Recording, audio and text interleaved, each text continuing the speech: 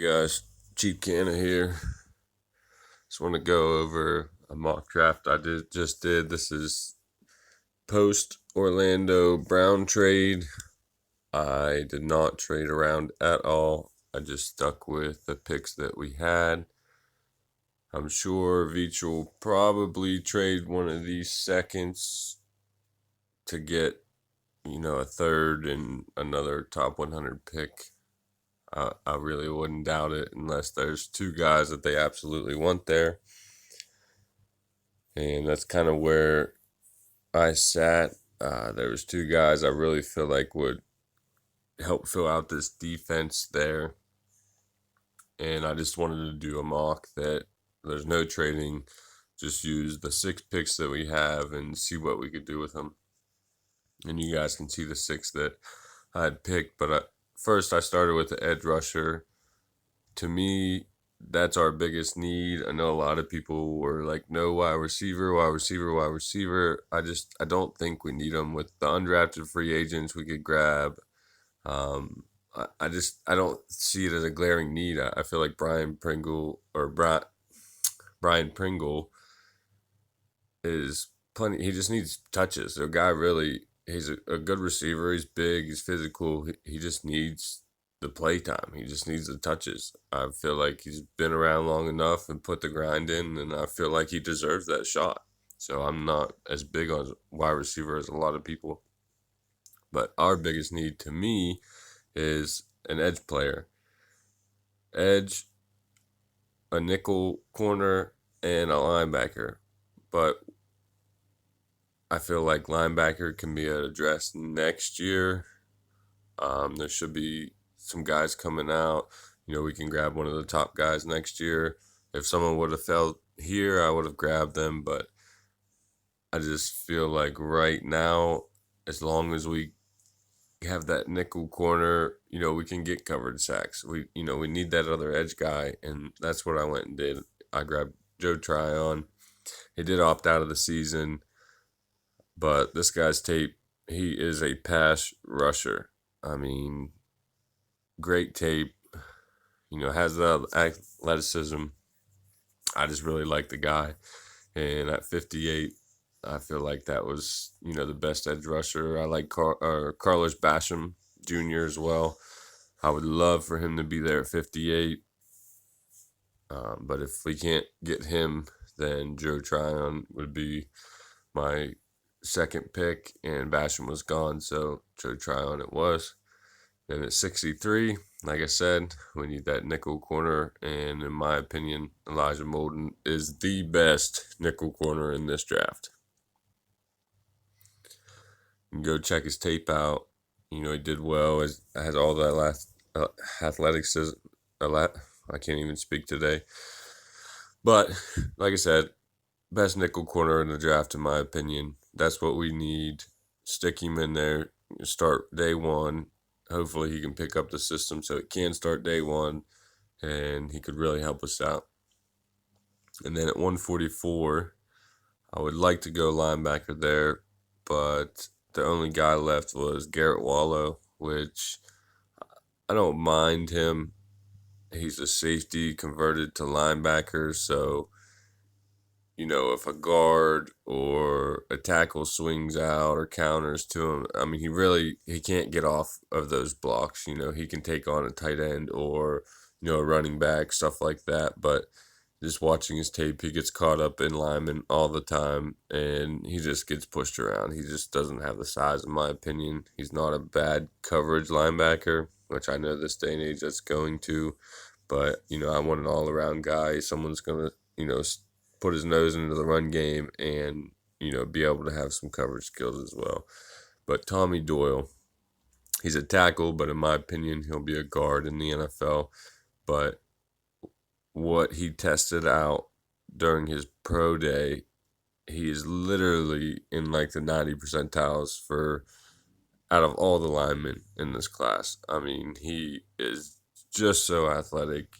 It's ridiculous. He could play guard or center, in my opinion. Just a great kid. I mean, he was there. Figured just add to this offensive line project, protect Mahomes, which I feel like they've done well enough adding to this offensive line. But why not, stick another piece in there on a rookie contract? And at 175, I grabbed Derek Barnes out of Purdue. I really like this kid. He needs some, to work on his coverage skills, but he's decent enough. I really feel like, within a year, by next year, he could really start and help us on the defensive side of the ball. And then at 181, I kind of went back and forth with this. Do I grab another lineman, or there was really no wide receivers in that range that I really liked? But I do feel like we need to add to this running back room.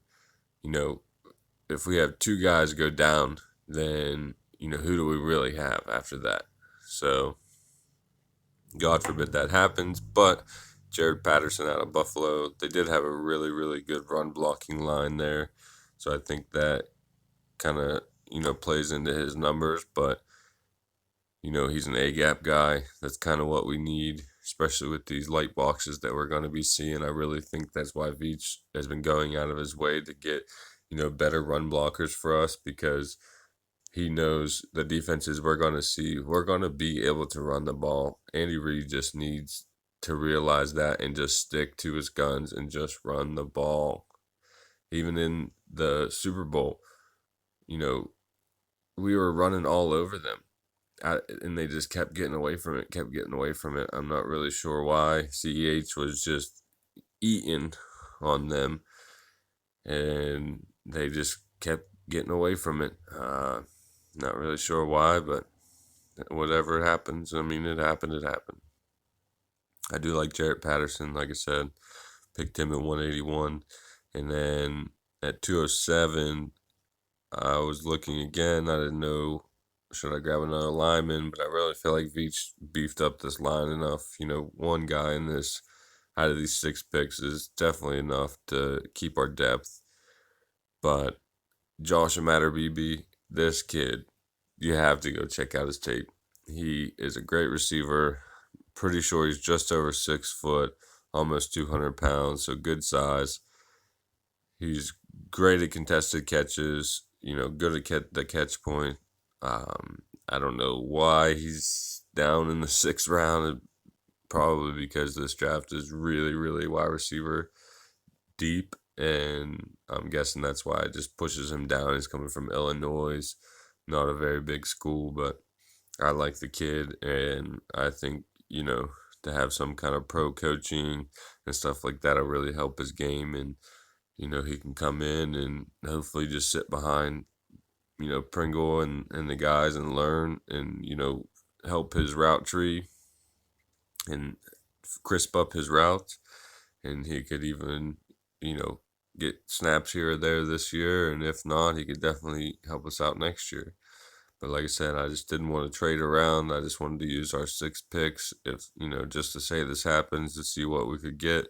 And honestly, I feel like I hit every need besides tight end.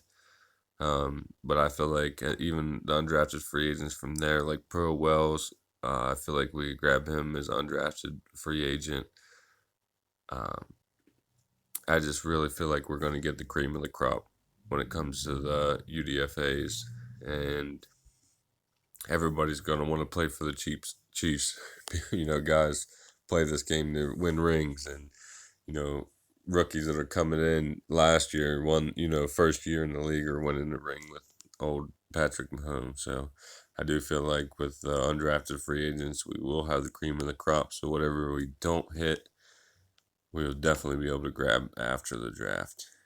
But let me know what you guys think. Like I said, I usually do trade around. I usually trade one of my top 2nd picks and try to get as many picks as I can with it. I did do another draft, which the Texans pretty much traded me all of their 5th, 6th, and even the 7th. It was like 5 for 106, and I did that. So I had a whole ton load of picks, and I'm going to do a video on that next. So stay tuned for that. Like I said, thanks for watching, and let me know what you guys think. Thanks. Peace.